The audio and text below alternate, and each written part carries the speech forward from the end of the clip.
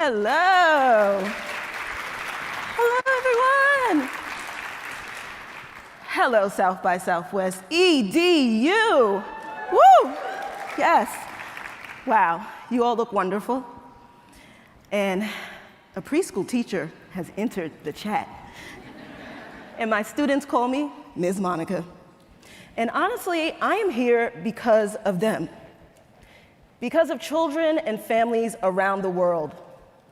My global classroom, who've taught me that technology can expand connection, but only if we ask the right questions.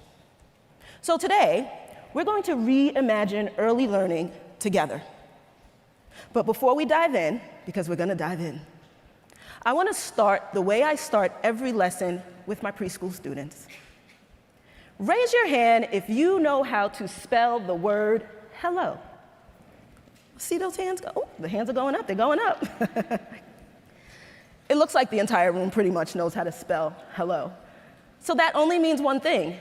We're going to do a good old preschool activity. That's right. I am going to teach you my hello song. And we're going to sing it together. Yes, together. But don't worry, it's simple. And there's no wrong way you can do this. You just follow along. All right, so let's get a little practice in first, okay? I want you to warm up. Let's get some practice in. I'm going to sing a line from my song, and then the second time, we're going to sing it together. All right, so here we go. H-E-L-L-O, that's how we spell hello. Hello. See, simple, right? All right, try it with me. You got this, you've got this. Here we go. H-E-L-L-O,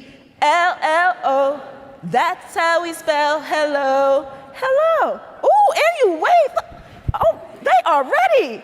You are ready, okay. All right, now I'm gonna teach you the most important part of the song. We're going to sing hello 3 times, like this. Hello, hello, hello. But this is, wait, oh, hold on. I know, we're excited, that's good, that is good. But this is what I want you to do. When we sing hello 3 times, I want you to make eye contact with someone. Turn to a neighbor. You're going to wave. And then the best part, you're gonna smile. Okay? All right, you ready? Let's try it. Here we go. Hello, hello, hello. Ooh, yes, I told you it was easy. All right, so you pretty much know the whole song. Now, yes, there's other words that go along with it, but I'm gonna put a video on the screen. You can follow along and sing those words if you want. But if nothing else, I only ask that you do that part. Hello, hello, hello, okay? All right, let's get to it. Here we go. It's a brand new day. Turn it up, DJ. Let's spell hello. Let's spell hello. 1, 2, 3. H-E-L-L-O. That's how we spell hello. Hello. H-E-L-L-O. That's how we spell hello. Hello. Hello from me, hello to you. It's a beautiful day. How do you do? It's time to learn, it's time to play. Let's gather around. Now what are we gonna say? Hello, smile and wave. Yes, you got it. H-E-L-L-O. That's how we spell hello. Hello. H-E-L-L-O. That's how we spell hello. Hello. Hello from me, hello to you. It's a beautiful day. How do you do? Time to Start our day. But before we do, what are we gonna do? Say Hello, smile and wave. You did it. South by Southwest EDU. You just sang the hello song. That's right. Clap it up for yourselves. But I also, first let me thank you for participating. But I want you to think about what just happened in the room just now. When you walked in, many of you were strangers. Maybe you were scrolling your phone, checking your notes. Maybe you were sitting there wondering, what is this session going to be about? But now, you've made eye contact. You've smiled. You even waved. I saw you.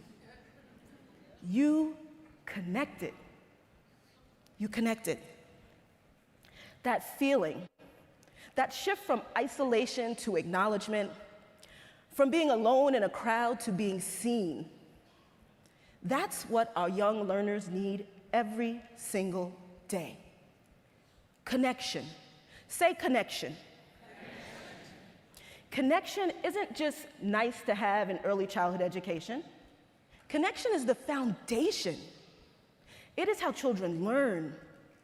It is how they grow. It is how they come to trust the world and their place in it. And I know this because I've lived it.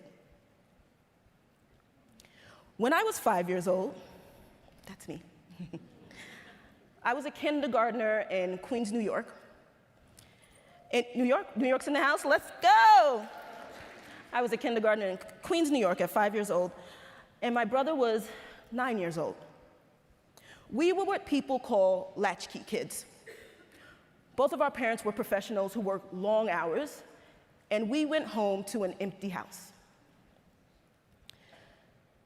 Every day after school, my brother and I would walk down the hill from the school to the city bus. And we would get on the bus, and we would make our way home by ourselves. I was 5. He was 9. But this was also the 1980s, okay? It was a very different time. And we were city kids. We knew all about public transportation. My kindergarten teacher, she noticed.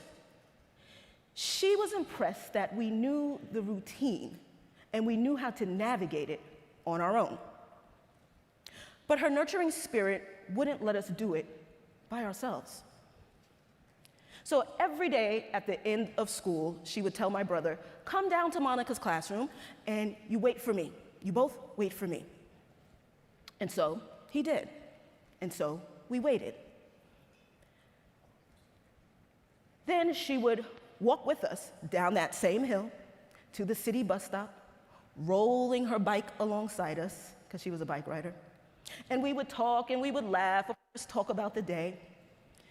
And she would wait with us until the bus came. And then when the bus came, we would get on the bus. My brother would let me sit down first, and he would stand over me if there wasn't a seat directly next to me, just like my mother taught him to do. And then she would wave as the city bus pulled away. She didn't have to do that. It wasn't in her job description, but she understood something essential. Connection doesn't end at the classroom door.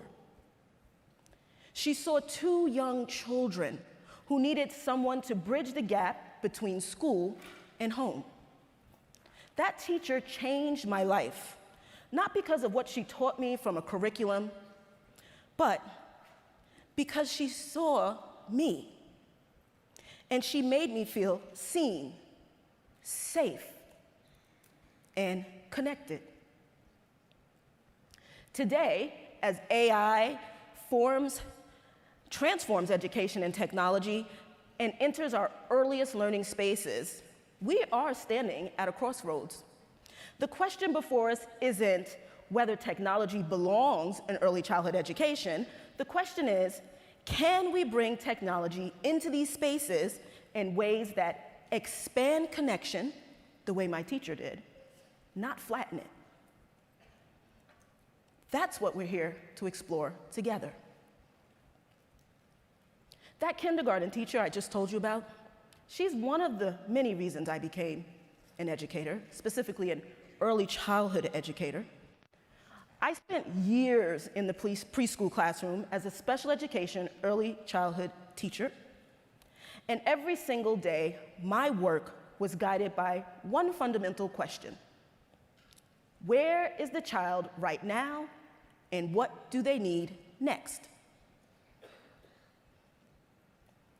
To answer that question, I turned to developmental skill charts, birth to age 5. I studied them, I referenced them, I planned my lessons around them. Developmental science has taught me that growth unfolds in a natural sequential order, that every child follows a predictable pattern, even when timing looks different from child to child. You cannot rush development. You can only meet the child where they are and create the conditions to help flourish, to help them flourish. That idea, meet the child where they are, shaped everything I did in my classroom. It shaped how I arranged learning spaces, how I planned my lessons, how I greeted my students in the morning, how I chose the songs that we sang and the stories that we read, and all of the materials that we touched and explored. My classrooms over the years have been filled with little voices and big, big, big feelings. We had our routines, we had our rituals, we had our songs. Every morning we gathered for circle time. We said hello, we moved our bodies, we told stories, we learned through play and through each other. The research on early brain development is clear. Young children don't learn in isolation. Their brains are literally wired for connection. The back and forth interactions, what researchers call serve and return, and how neural pathways are built. A child reaches out with a gesture, and a caring adult responds. That exchange, repeated thousands and thousands of times, builds the architecture of the brain. My classrooms were filled with serve and returns all day, every day. And I'm sure yours are too. And then came March 2020. Schools closed. My classroom went quiet, silent. My students were suddenly behind closed doors, isolated from their friends, from their teachers, from their routines. And I remember sitting there in silence and asking myself, how do I stay connected to these children? How do I reach their families? How do I keep showing up for them when we can't physically be in the classroom? I had a YouTube channel. Many of us do. I had been using it casually, a couple of teacher videos and resource videos here and there, but nothing consistent at the time. But in the early weeks of the pandemic, I made a decision. I was going to turn my YouTube channel into my classroom. But the question I kept wrestling with was this: how do you take everything that makes a preschool classroom work? The warmth, the responsiveness, the sensory richness, the relationships, the rituals, and bring it through a screen? How do you honor developmental appropriateness when you can't see the child sitting in front of you? How do you create serve and return when the return is delayed by miles? I didn't have all of the answers, but at that time, I had 18 years of understanding how young children learn and grow, and I had all of the materials from my Circle Time board. So I set up my camera, and I started teaching. I greeted the children, I sang my songs, we sang hello, like we just did. We read stories. I moved my body and invited them to move theirs. I maintained some of the routines and rituals that young children's brains crave.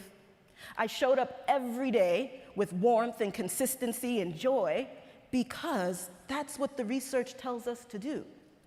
And that is what I knew how to give. And then something extraordinary happened. Families, they found me. Of course, my students, of course, but then locally, and then beyond my city, and then beyond my state. And then families across the country started tuning in. Then families in other countries that I've never even been to. Parents messaging me saying, my child won't start the day without Miss Monica. I mean, teachers using my videos in their classrooms, grandparents watching videos with grandchildren, families and languages I don't even speak, finding a universal connection in circle time. My once little preschool classroom became circle time with Miss Monica. And today we have over 1.2 million subscribers. It's now a global classroom. Thank you. Thank you. But I want to be clear about something. The numbers are not the point. They should never just be the point. The point is what the numbers represent. That's 1.2 million families that chose me. They chose circle time with Miss Monica. They were looking for something real, something warm, something that felt like education. And that journey from the small classroom to the global classroom is one that taught me more about the intersection of technology and early childhood development than any research paper ever could. When I first started teaching online, I made assumptions. We all do. I assumed the biggest challenge would be technical, lighting, video, camera equipment. Now, let's not get it twisted. That was very challenging, very, very, very challenging. But the real challenge was actually developmental. How do you replicate intimacy of a preschool classroom? How do you maintain the responsiveness of young children's brains, the responsiveness that they require when you're not in the room with them? How do you protect curiosity and connection when a screen is between you and the child, between you? I didn't find the answers right away. I found them slowly, through observation, through messages that the families sent me and still do today. I actually spoke to a mother in the hallway earlier. She gave me a message. I take that seriously. And what I discovered confirmed everything I knew about child development. And it challenged everything I assumed about technology. Young children don't experience technology the way we think they do. We often talk about screen time as if every screen time is the same. A child watching circle time with Miss Monica is not having the same experience as a child that is just scrolling passively through content generated by an algorithm. But the brain science tells us something different. What young children respond to, what their developing brains are calibrated for, is a warm, responsive, human presence. They respond to a face that looks at them, a voice that engages them, a predictable structure they can anticipate and trust. Children respond to being invited to participate, to move, to sing, not to just be entertained, to be engaged. It all goes back to connection. Say connection. But here's what troubled me the most as my YouTube classroom grew. As I looked at the broader landscape of early childhood ed tech, the apps, the platforms, the AI-powered learning tools that are being marketed to families and schools, I kept seeing a pattern. Flashy, fast, optimized for engagement metrics, and almost entirely disconnected from how young children actually develop. I saw apps that rewarded speed over process, platforms that isolated children in individual screens rather than creating a shared experience. Products built by engineers and entrepreneurs who understood technology deeply, but maybe have never sat on a preschool classroom floor. Developmental science teaches us that development is not linear, but it's sequential. Children don't skip stages, they move through them at their own pace and in their own time. You cannot shortcut the process, and yet too many of the early childhood ed tech, not all of it, but too many are built on that exact premise that we can accelerate the learning, optimize outcomes, fast-track development. We cannot fast-track development, we can only support it. And that realization, born from my own experiences of creating something online for children, made me constantly think about that specific question. A question I kept asking myself every single time I encountered a new tool or a new technology designed for young children. A question I ask myself when I'm creating a new show, a new format, a new episode, or even introducing a new character to my show. Does this honor how young children learn, grow, and thrive? That question became a big part of my framework, and that's the framework I want to share with you today. We cannot afford to be passive in this moment. The educators, the researchers, the developmental specialists, all of you in the room, we are the ones who understand how children learn. We've sat on classroom floors, we've studied the science, we've watched development unfold in real time. That knowledge is our responsibility. It needs to be our filter. This framework I'm about to share, it didn't come from a research lab. It came from a preschool classroom, a pandemic pivot, and 1.2 million families trusting me with their children's mornings or afternoons. I want to walk you through 4 core questions. Think of them as a lens, a developmental lens, that you can apply anytime someone puts a new tool in front of you that was developed for young children, or just children. These 4 questions, they won't give you an easy answer every time, but they will give you a starting point. Here they are. These are the 4 questions, and over the next few minutes, I'm going to walk through each one. Keep them in mind, but we will return to them at the end. Question 1. Does this honor how young children learn?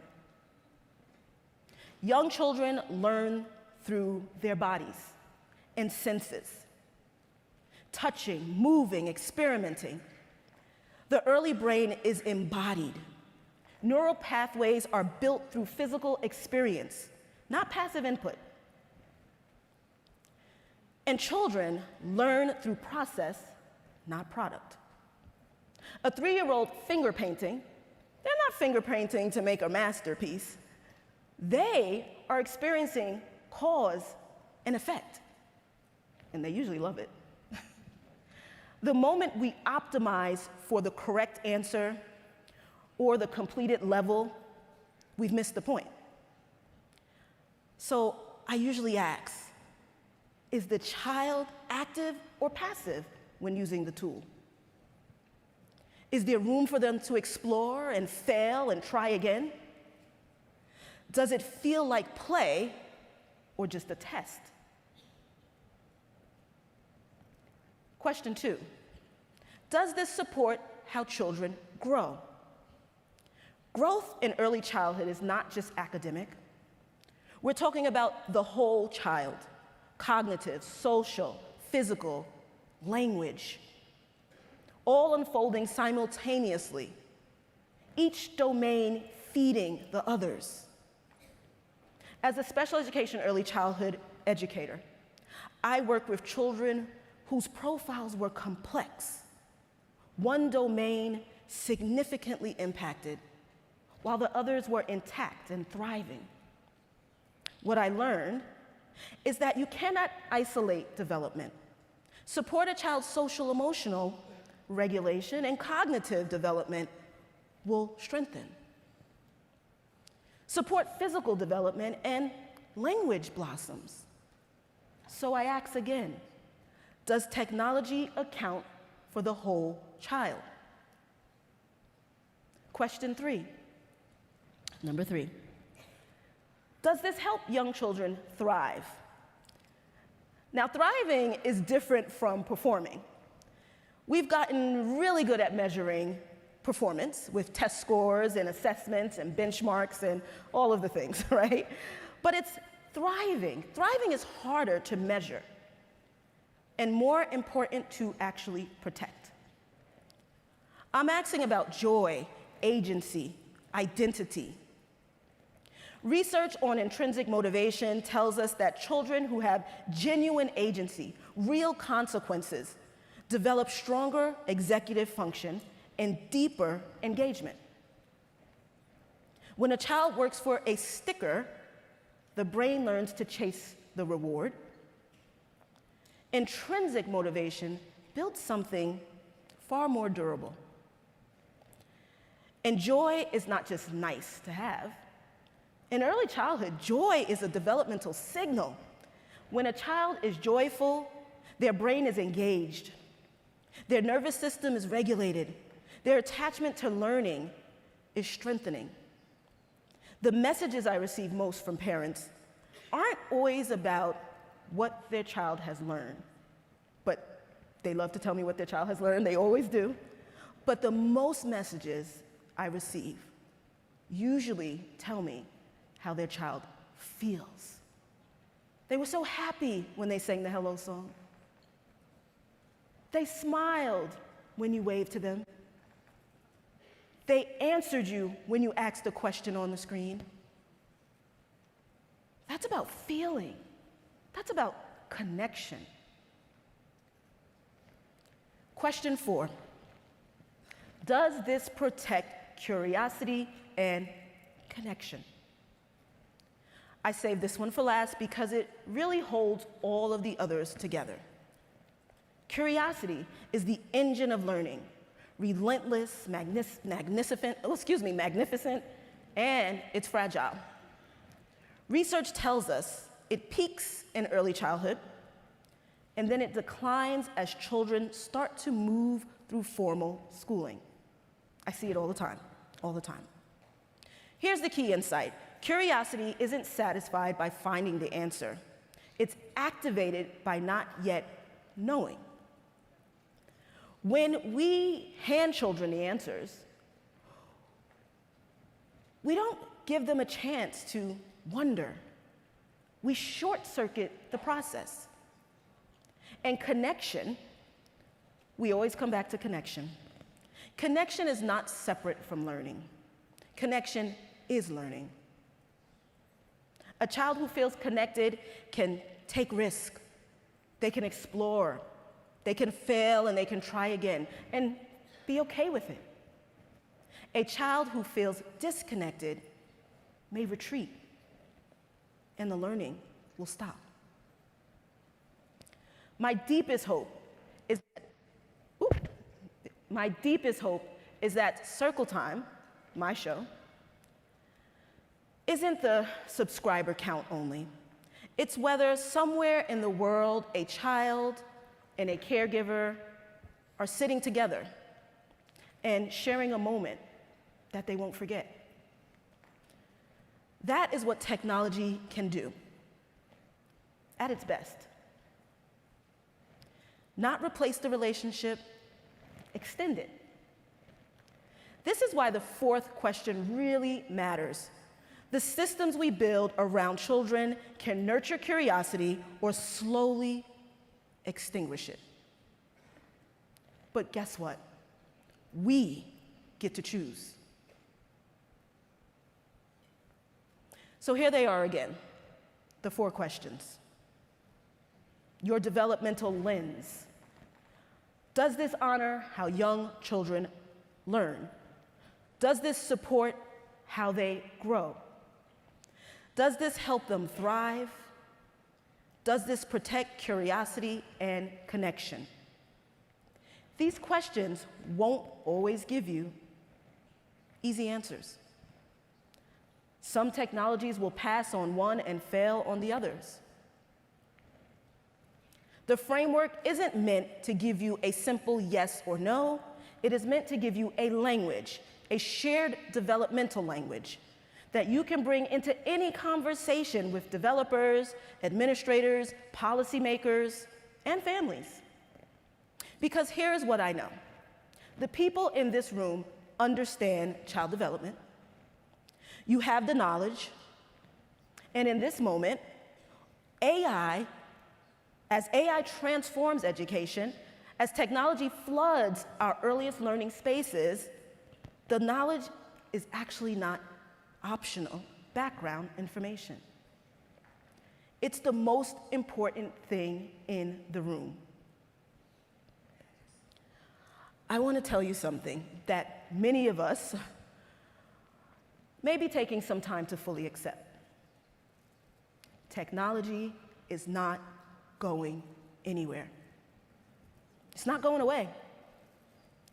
But I've sat in rooms just like this one, many a conference, many a meeting, where the conversations quietly default to resistance, to a protective instinct that says, if you just keep the screens out, if we just say no loud enough or long enough, we will protect childhood from all of it. We'll protect it. And I understand that instinct, and I share it on some level, but I don't think it serves our children. While we're holding the line, the technology is being built, the apps are being developed, the AI tools are being deployed into classrooms and living rooms and daycare centers around the world, with or without our input. The question is not whether technology will be present in the lives of young children. The question is whether the people who understand child development will be present in the conversations that shape it. That is the work. That is the path forward. Not resistance, influence. You have influence. And influence looks different depending on where you sit. So I want to speak directly to each and every one of you. To my educators, my fellow educators. You are the most important variable in any technology equation. Research consistently tells us that the quality of the adult-child relationship is the strongest predictor of positive early learning outcomes. Not the curriculum, not the materials, the relationship. And no technology can replace what you bring into the room. You have permission to say no to the tools that you don't feel serve children. That's not resistance, that's advocacy. And you have the permission to say yes to exploring and experimenting. I said yes in March 2020. When everything in me wanted to say no and just wait for the pandemic to pass, for the administrators to get it together and tell us what we were supposed to be doing. But because I said yes, 1.2 million families found circle time at different points. I was a preschool teacher with a camera and a deep belief that connection could be possible anywhere. So imagine what you could do. To the developers, I am genuinely glad that you are here. You are creating the unimaginable. And better technology requires people building it to understand who and what they're building it for. A child tap, tap, tap, tapping the screen is not the same as a child learning. Engagement metrics are not developmental outcomes. Young children will engage with almost anything that's flashy and colorful and makes a lot of sounds. I mean, I love sounds, the beep beeps and all of that, it's fun. But this is a developmental vulnerability, and it carries a responsibility, a big one. Bring early childhood educators, developmental specialists, child psychologists into the room in the beginning of the design process. Build for process, not product. Build for co-use. Build for wonder. Use these 4 questions as your design brief, because the children are worth it. And to the policymakers, you make decisions that affect thousands of children at once. And those decisions have never mattered more. Before your program adopts early childhood technology, or any technology for children, ask the developers, what is the developmental framework? What does the research show about developmental outcomes across the full picture of child development? We cannot rush the development. A rushed adoption of technology that hasn't been evaluated through a developmental lens can do real harm. Visible harm, not the dramatic visible harm, actually, but the quiet harm of children spending their most critical developmental years in environments that don't serve them. That harm compounds. And it falls heaviest on the children who are already the most vulnerable. You have the power to slow it down. That's all I ask. Slow it down. And to the families, I see you, and I hear you, and I appreciate you. I know you're navigating this with imperfect information and enormous love, and about 15 minutes of time each day. You are the most important technology in your child's life.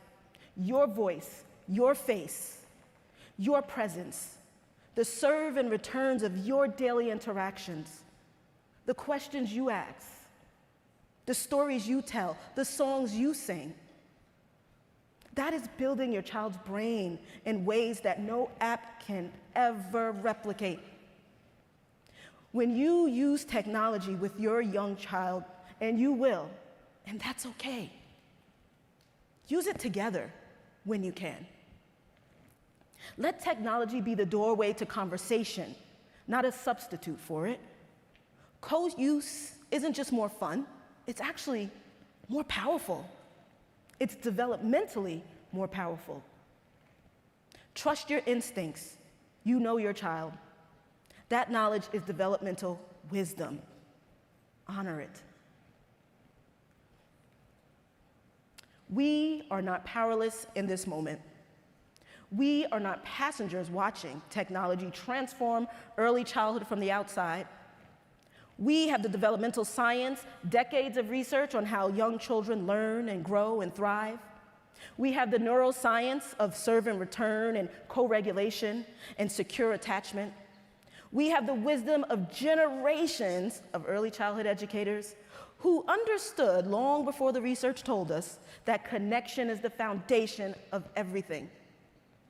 We have the framework, 4 questions that can walk into any room where decisions are being made about technology and young children and cut straight through the noise.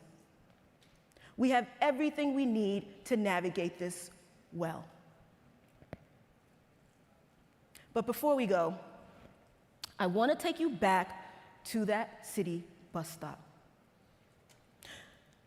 Before we go to that bus stop, I just want to remind you really quickly that I will stay for Q&A after.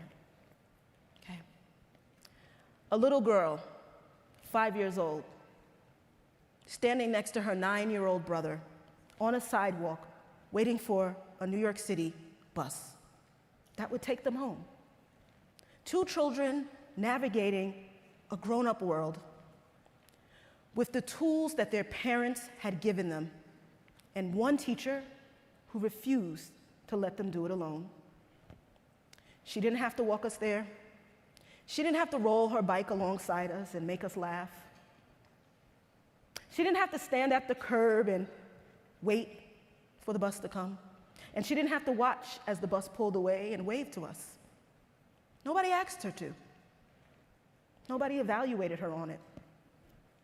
It wasn't in any curriculum framework, I promise you. And it wasn't in any professional standard.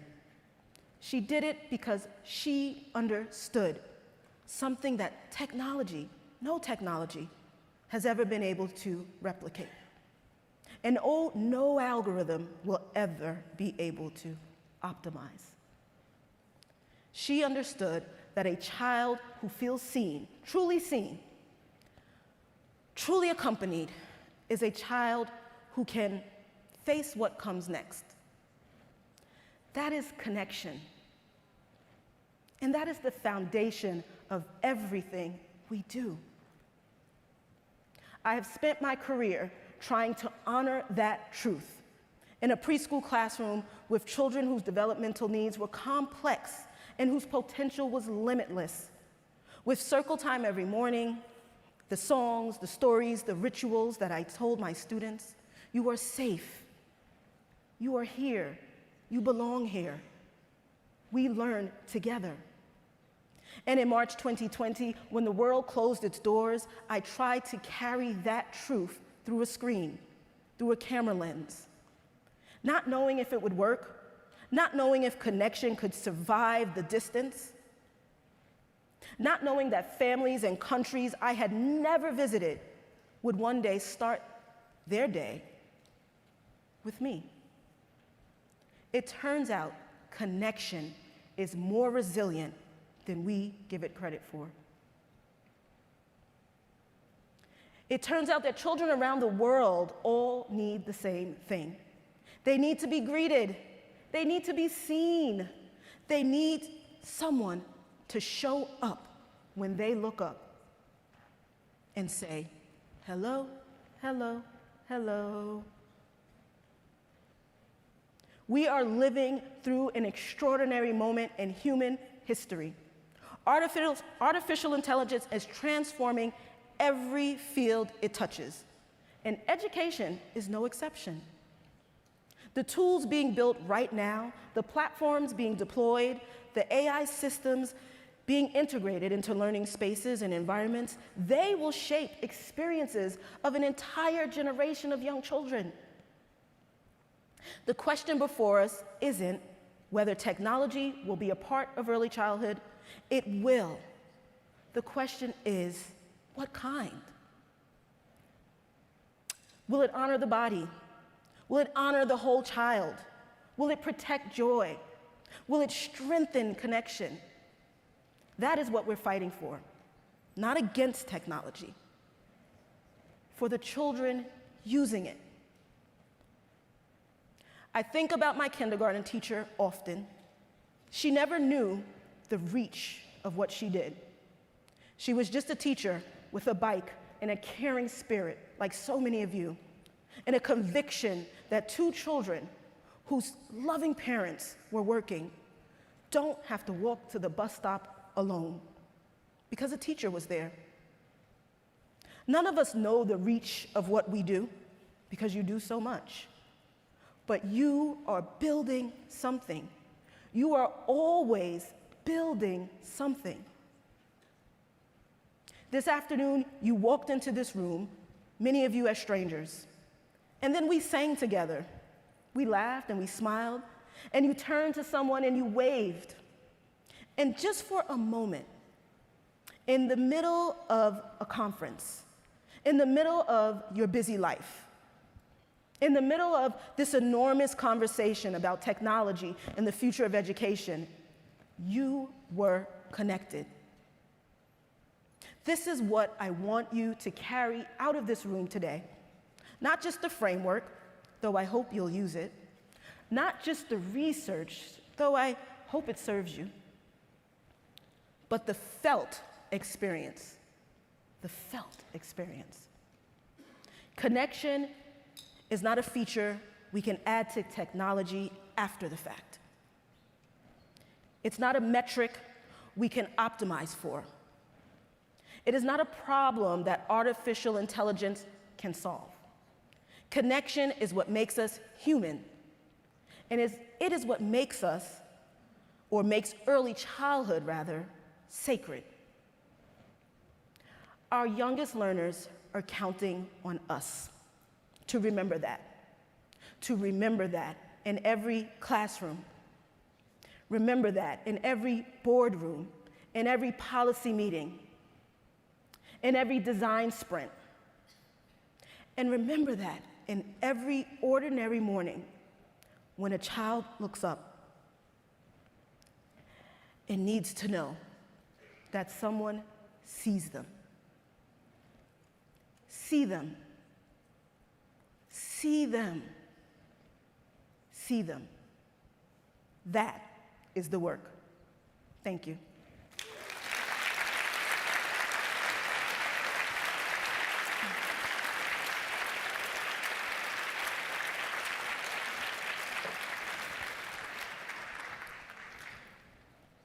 Thank you, everyone. So we do have some questions, and I know that you all are using Slido to filter these questions and ask these questions. All right, let's see where we are. So I'll read the question aloud and then answer. Oh, this is a good one. What are some of the apps or technologies that you are loving right now that help children connect and continue to encourage their curiosity? Great question. I'll tell you, one of my favorite apps, and it's actually been around a long time, and this is really specific to early childhood, is a company called Sago Mini. I love Sago Mini, S-A-G-O Mini. They get it right. They get it right. I started using their apps many, many years ago when they first came out with my students, because I'm a special education early childhood teacher, and I would work one-on-one often with students. And it was a great app to use just to build and explore. It left room for curiosity and wonder and just open questions that the children get to facilitate and move through and play with. And that's what I look for in apps. And that is such a great example of one. And I believe the one that I'm referencing is called Sago Mini World, because they have many, many apps now. But when I first started, that was the only app they had, but they have still continued to develop apps that are developmentally appropriate. So that's one of my favorites. Okay, where are we? As kids get older and autonomy increases, how do you maintain the connection-based approach without it feeling forced? Whew. That's a good question. I think for me, personally, I have to always show up the way I am and show up with the experiences and the lessons that make the teaching what it is. I have to show up the way I know how to. I have to give what I know how to give. I don't think it's forced if you're showing up as self. If you are in a classroom and you are being told you have to use technology, maybe you have to integrate tablets, I believe you have to find additional ways, creative ways to not only use the tablet or use whatever technology you're being told to use, but you have to find creative ways to use that, but to also use it in a way where you can still have that human connection, that serve and return. So maybe you use it with your students. Maybe you do it on the big screen behind them while they're using the smaller screens. You still want to bring that human connection in the room. And so everyone's experience is going to be different on how you maintain that human connection. How do you maintain it? But I think you have to be creative. You have to show up as self, and you have to show up with everything you know how to give. And just don't forget it. Because if you don't forget it, and that is front of mind, I believe that you will still be able to have that human connection. And it won't be forced. It won't be forced. Let's see. Ooh, what is the most realistic use case for AI in a preschool, early childhood classroom in the next 2 to 3 years? That's a great question. I feel the best, and this is just my personal opinion, but the best use of AI in a preschool classroom really is for the educators in the classroom. I don't see yet, and this can change, but I don't see how we can integrate it into preschool classrooms in a safe way yet. I still think more research needs to be done, more tests need to be done, more observation needs to happen before we 100% integrate it into classrooms, not just preschool classrooms, but classrooms. But specifically preschool classrooms, I think AI would get the best use from teachers, from the educators who are designing the learning, who are teaching the curriculum, who are having the human connection. They can use AI to assist them in that, to be a tool, a beneficial tool. That's how I see it, and I even see that in 2 or 3 years.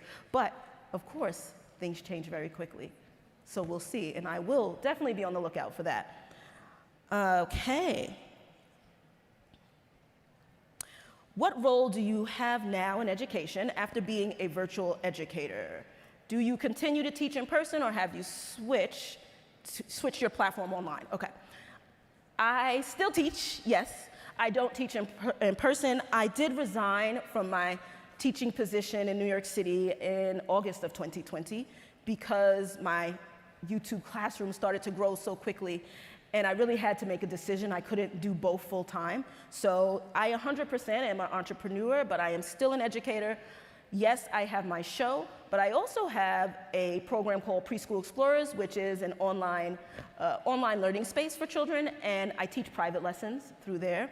And everything I do is still virtual. It is still virtual. I am a resource for a lot of homeschool families, and I continue to build that out. I probably won't have as much of a presence in some of my programs that I do now as we continue to grow, but selfishly, I'm a teacher, and I always love having connection with children. So it's very hard for me to leave and step away from the classroom, although my team thinks I should. But it's very, very hard. Okay. When the classrooms have large numbers of students, as we do in the Brazilian public schools, any suggestions for connection with those children? Yes, yes. I've taught in New York City public schools, in the city system, in the state system. So I've seen very large classrooms, I've seen small classrooms, I've seen all of it. I believe that when you can, breaking out into small groups, doing a lot of group work can be a really great way to have more individualized connection with students. Anytime you have large groups, whenever you can break them down into smaller groups, not only is beneficial for you as the educator, but it's really extremely beneficial for the children to be able to have that serve and return and to have that individualized connection with you. So small groups, if possible, I think that is a great way to break down the large numbers in public schools. Okay. Thanks. Do you think we can follow this 4 questions for higher education students? Yes, I believe you can. I absolutely believe you can. Of course, the older the student, and in higher ed, you have to look at what the needs of those students are. Look at where are we in development? What are the things that those students specifically need? And then you can absolutely still use those questions. Because will the tool help that student grow? It doesn't matter what age they are. You want to know, will it help them grow? Will it help them thrive? Will it help them learn? Because the educational tools, that's what they're there for, right? That is the main goal, is to benefit the student. And so yes, you can ask the same questions. And of course, you get creative and you formulate it in different ways. But yes, I believe you can. Okay, let's keep going. How can parents distinguish between high-quality educational content and junk, digital entertainment that just keeps them quiet? I believe for high-quality education, you're looking for things that we talked about in those 4 questions. One is the screen time. Is it allowing them to explore? Is it allowing them to engage? Are they answering back? Are they answering questions? Are they connected to a person? For instance, I'm the teacher in my show. Are they connected to the teacher? Are they connected to the characters, the world of whatever that educational tool or show is? So quality education should still have connection at the forefront of it. If it's just fast-paced and fast-moving, is your child even connecting? I think those are some of the things that we need to look at when it comes to quality education, especially for young children.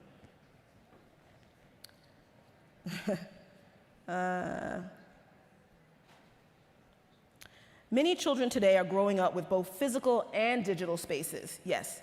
What balance do you think best supports curiosity and imagination? I mean, I think you said it, a balance, right? A balance. I can't say a specific number of what that balance should look like, but there should definitely be a balance between the real world and the digital world. And each family, each classroom, each educator, you really have to determine what that balance looks like. But there should definitely be a balance. It can't be all or nothing or all of one and none of the other. But if you want my personal, what I do or what I would do with my students, I think the digital part should have the least percentage. And then the real world, the real physical, tactile, human connection and experience should have the larger percentage. But again, that is really based on family to family, classroom to classroom. Oh, and I think that's it. So I thank you all. Thank you for staying to the end. I appreciate you. Thank you all. Thank you. And I'm taking.